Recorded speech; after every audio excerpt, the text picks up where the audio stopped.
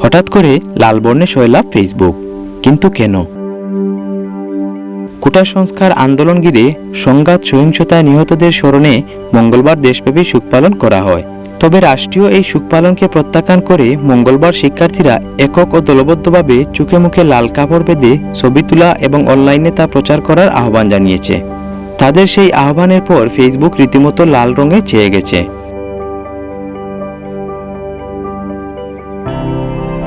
দেশের সাধারণ শিক্ষার্থী থেকে শুরু করে শিক্ষক তারকারাও তাদের ফেসবুক প্রোফাইল পিকচার পরিবর্তন করে লাল রং বেছে নিয়েছেন।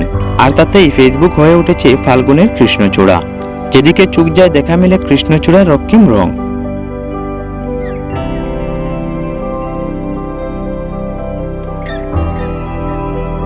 Mizanur Rahman Munna, SRI TV. SRI TV, your voice, your media।